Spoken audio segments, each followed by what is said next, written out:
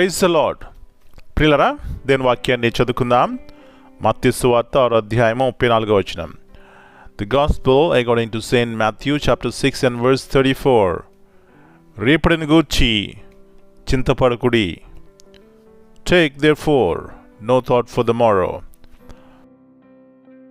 ప్రియులరా, యేసు ప్రభువు యొక్క ఘనమైన నామములో మీ అందరికీ శుభములు తెలియజేస్తున్నాను. తిరిగి ఉదయకాల సమయంలో దేవుని యొక్క మెలడైన స్వరము వినటానికి దేవుడు మనకు కృప చూపెట్టారండి. ఇక్కడ యేసు ప్రభువు మాట్లాడుతున్నటువంటి మాట రేపటిని గూర్చి చింతపడకుడి. అంటే రేపటి దినము గురించి చింతపడితే వచ్చేటువంటి ప్రమాదములు కానీ దుఃఖము కానీ వ్యధ కానీ అవి ఆయన తెలుసు. చాలామంది జీవితాల్లో ఈరోజు గురించి ఆలోచించకుండా రేపటి దినము గురించి, తర్వాత ఏం జరుగుతుందో, నా భవిష్యత్తు ఏమిటో, నా పిల్లల భవిష్యత్తు ఏమిటో ఇట్లాగా ఆలోచించుకుని తమ ఆరోగ్యాలు పాడు చేసుకుంటారు.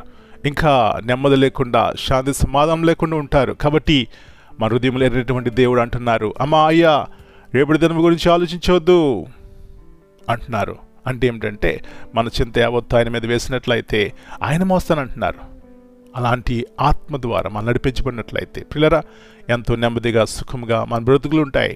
ఈ బ్రతుకులు ఇవ్వడానికే యేసు ప్రభువు లోకంలోకి వచ్చి తన విలువైనటువంటి ప్రాణము నీ కొరకు నా కొరకు పెట్టి గొప్ప నిరీక్షణతో కూడినటువంటి జీవితం ఇచ్చినారు.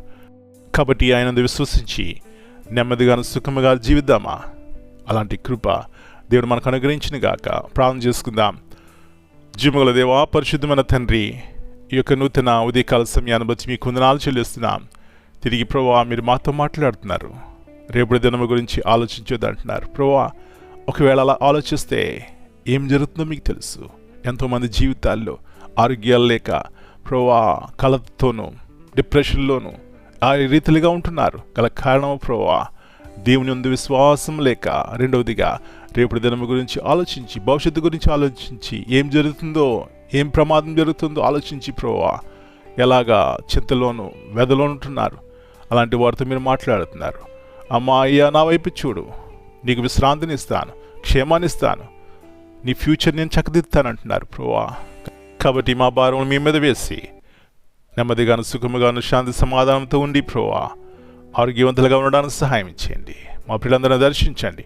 వారు ఎలాంటి కలతతో ఉన్నా ప్రభువా, భవిష్యత్తు గురించి ఆలోచిస్తున్నా, వారి జీవితాల్లో నెమ్మది లేకున్నా ప్రభువా దర్శించి మీ వైపు చూసి గొప్ప మేలు ఆశీర్వాదం ప్రతి ఒక్కరు పొందుకోవడానికి సహాయం ఇచ్చేయమని ఈ దినం అంతా మీరు ఇట్ల కింద భద్రపరచండి.